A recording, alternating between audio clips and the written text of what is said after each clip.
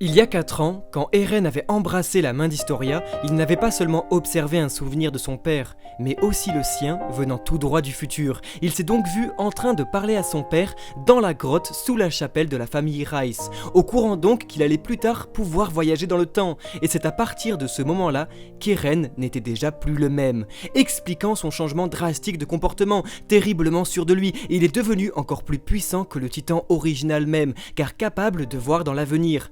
En soi, depuis ce jour, sans nous en rendre compte, Eren était déjà devenu indifférent à tout, car connaissant le passé comme le futur, s'opposant directement au titan originel, car pouvant voir aussi les souvenirs des futurs détenteurs de l'assaillant, comme Kruger avait les souvenirs de Grisha en disant de sauver Armin et Mikasa au chapitre 91.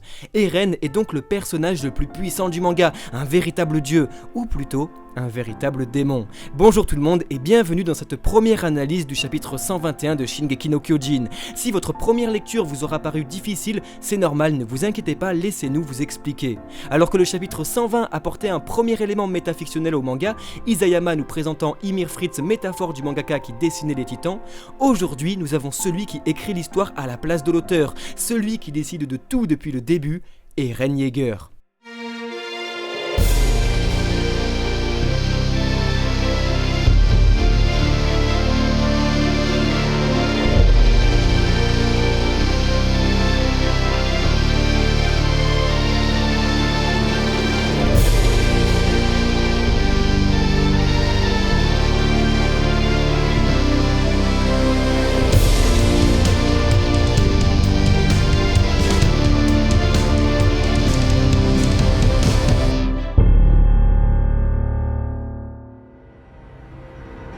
Armin, au chapitre 67, page 20, l'avait déjà annoncé. Le docteur Yeager n'aurait jamais massacré la famille royale sans raison. Et c'est incroyable de se rendre compte qu'Armin avait vu juste. Après tout ce temps, Grisha, en tant que docteur, était en fait incapable de tuer des femmes et des enfants de sang-froid. Mais pas son fils. Alors que tous les lecteurs s'étaient aventurés dans un voyage dans le passé organisé par Sig pour faire comprendre à Eren qu'il était depuis le début manipulé par son père, c'est en fait tout le contraire. Grisha n'était pas influencé par Kruger, mais par son fils depuis le début qui a la possibilité de remonter le temps et de communiquer aux anciens détenteurs du titan assaillant. Car non, Eren ne peut pas voir dans le futur, sinon il aurait pu éviter beaucoup de choses. Seulement, il peut interagir directement avec le passé pour le changer. Et donc, quand Grisha dit qu'il peut voir dans le futur, c'est voir les souvenirs des futurs détenteurs et pas son futur à lui. C'est alors Grisha qui offre un espoir d'avenir à son fils, car forcé par ce dernier venant du futur. Nous comprenons maintenant l'assurance d'Eren dans les précédents chapitres, car il savait déjà tout. Grisha était en fait depuis le début le pantin de son fils. Et c'est totalement magistral de relire aujourd'hui le tout premier chapitre du manga, et de voir que oui, Grisha ne s'adresse pas à son fils du présent, mais bien à celui du futur. Isayama a réellement dessiné il y a 10 ans Grisha regardant droit dans les yeux Eren venant du futur, prouvant que tout était prévu depuis le début. Nous avons ici le plus gros foreshadowing du manga, mais surtout la plus belle progression de dessin de mangaka, c'est fou. Et aujourd'hui, voir Grisha quitter sa famille en sachant tout ce qu'il allait se passer, car oui, comment Grisha pouvait être au courant que Reiner et Bertholdt allaient casser les murs si quelqu'un ne l'avait pas prévenu? Encore une fois, la définition même de la cruauté. Grisha, totale victime de ce monde, quitte sa famille dictée par les paroles de son fils qui lui laisse voir uniquement ce qui l'arrange, et communiquant avec lui seulement les informations primordiales pour faire avancer sa quête de liberté et rien d'autre. Voilà pourquoi Grisha était aussi intimidant même devant la famille royale, car Eren était là, Eren a toujours été là, voilà le véritable pouvoir du titan assaillant. Voyager dans le temps, et quel dialogue! Personne, mais absolument personne ne s'attendait à ce que la rencontre Yeager-Rice ait duré aussi longtemps. Quel magnifique tableau, car nous avions eu le début et la fin, mais nous ne savions pas qu'au milieu était le plus intéressant. C'était juste grandiose, voir Grisha mettre à mal le titan originel en lui coupant l'herbe sous le pied, c'est tout bonnement effrayant, car la fin, on la connaît tous, mais maintenant, on a le moyen. J'ai tellement hâte de voir ça en animé, alors que le dialogue Reiner-Eren dans les arbres géants était monstrueux. Là, Eren et Grisha hurlant leur folie, ça va être terrifiant. C'était quand même très étrange que seul Rodrice survive à ce massacre. Nous pouvons alors nous demander si Eren, au courant de tout ça, n'aurait pas demandé à son père d'épargner Rodrice, pour que le destin d'Historia se poursuive, qu'elle comprenne la vérité sur sa famille, qu'elle fasse son choix, qu'elle tue son père jusqu'à tomber enceinte, car tout était écrit par Eren lui-même. C'est juste fou. Eren ne cherchait pas la liberté car il avait le titan assaillant, ou parce qu'il était le fils de son père. Non, parce qu'il a toujours été comme ça, parce que Eren possède le titan assaillant recherche la liberté. Si tous les possesseurs du titan assaillant avec lui recherchaient aussi la liberté, c'est parce que Eren est sûrement le dernier à le posséder et donc à influencer les actes de ses prédécesseurs, faisant croire que tous cherchaient la liberté.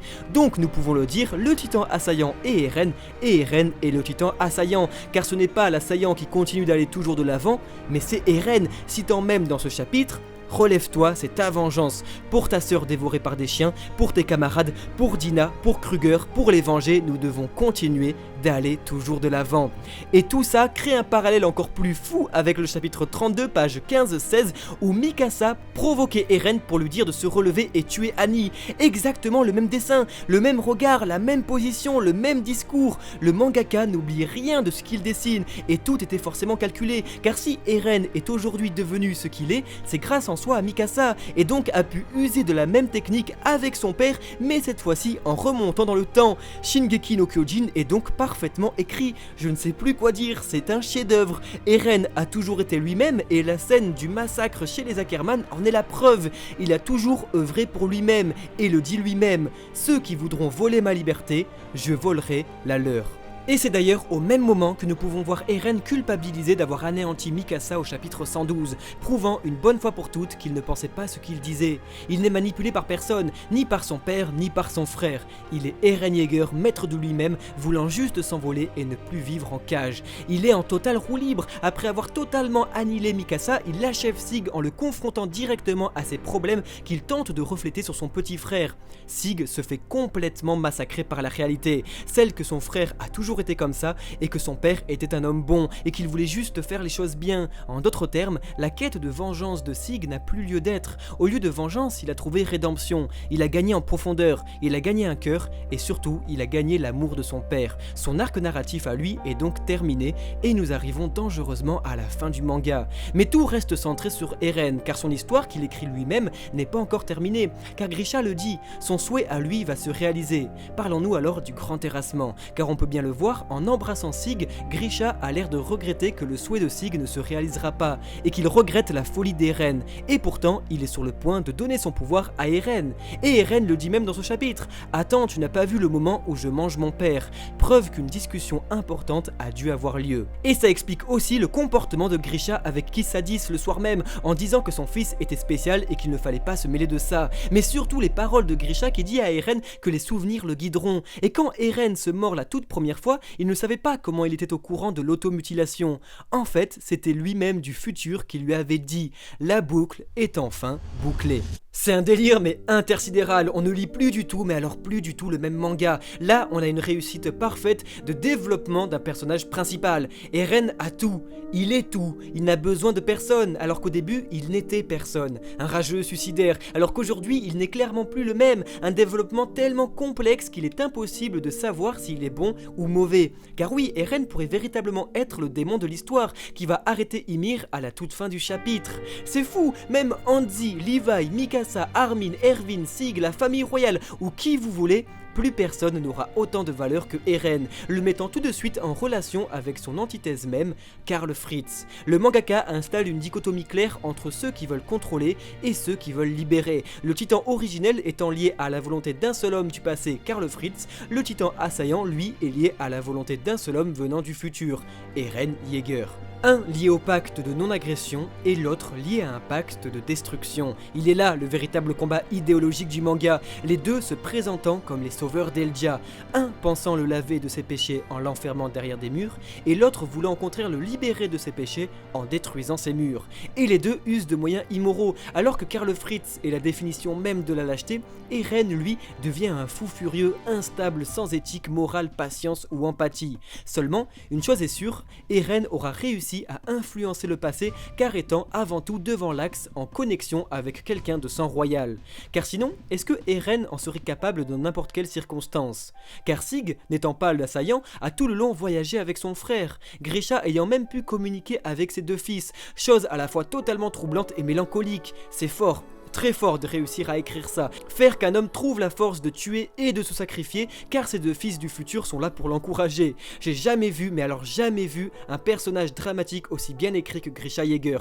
Du début à la fin, ce personnage aura été maîtrisé par Isayama. Son arc narratif étant terminé, c'est la folie de se rendre compte de ce qu'il a vécu. Sœur dévorée par des chiens, trahie par son premier fils, sa femme transformée en titan devant ses yeux qui mange ses amis, obligée de fonder une nouvelle famille qui va devoir abandonner un jour ou l'autre car manipulé par son fils du futur qui l'oblige à abandonner son humanité en tuant une famille entière pour que finalement sa deuxième femme se fasse manger par sa première. Après ce diptyque de voyage dans le temps, la fin crée un parallèle avec celle du chapitre 119. Eren courant vers quelqu'un, mais cette fois-ci, que va-t-il se passer? On en parle très prochainement dans une vidéo dédiée. On espère en tout cas que cette analyse vous aura aidé à comprendre un peu mieux les subtilités de Shingeki no Kyojin et on se retrouve très bientôt pour une nouvelle vidéo. Ciao ciao.